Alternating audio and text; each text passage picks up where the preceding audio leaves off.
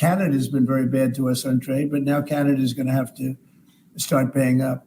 And Canada's been tough on the military because they have a very low military cost. They think we're going to, protect them with our military, which is unfair. So Canada is going to be a very interesting situation because, we just don't need their product.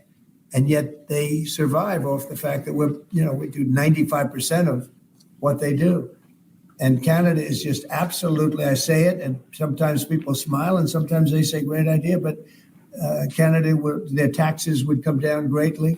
Their security would go up greatly. Amazing things happen to Canada. And really Canada in this particular, why would we pay $200 billion a year in subsidies to Canada when they're not a state? You do that for a state, but you don't do that for somebody else's country. So I think Canada is going to be a very serious contender to be our 51st state. Going with Canada, there was obviously a delay in implementing those tariffs. I spoke to Governor Trudeau on numerous occasions, and we'll see what happens. But it just sets up so good for them. Look, the people would pay much less tax than they're paying right now. They'd have perfect military protection. They don't have any military protection because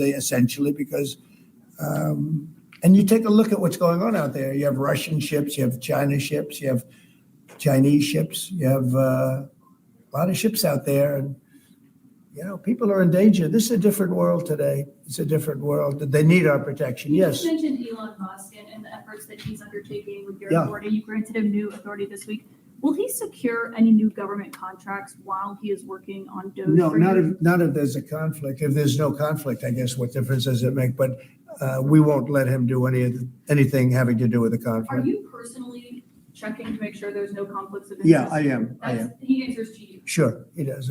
First of all, he wouldn't do it. And second of all, we're not going to let him do anything where there's a conflict of interest. Mr. President, your negotiations with the EU there's discussions ongoing already. How quickly do you expect that you'll hear back from them about any of these other measures? I can't tell you. Yeah, the EU's been very nasty. It's just been, they haven't treated us properly. Look, we were great to them on NATO. Essentially, it's a similar group of countries. When I came in my first term, I raised their fees. I mean, they were not paying. We were paying for, in my opinion, almost all of NATO. And now, I had the bad moment with the press where the press said, well, does this mean you won't protect them? And I said, I won't protect them if they're not paying. But because I said that, the Secretary General, as you know, said it was the greatest thing he's ever seen because the money came pouring in. But they don't treat us right on trade. They don't treat us right on the military either. I mean, if you look at Ukraine, we're in for probably $200 billion more than Europe. Why are we in for more than Europe? We're in for more than Europe. I mean, think of it, or NATO. I mean, let's call it NATO because Canada's in. By the way, Canada is just about the lowest payer. Also, they shouldn't be.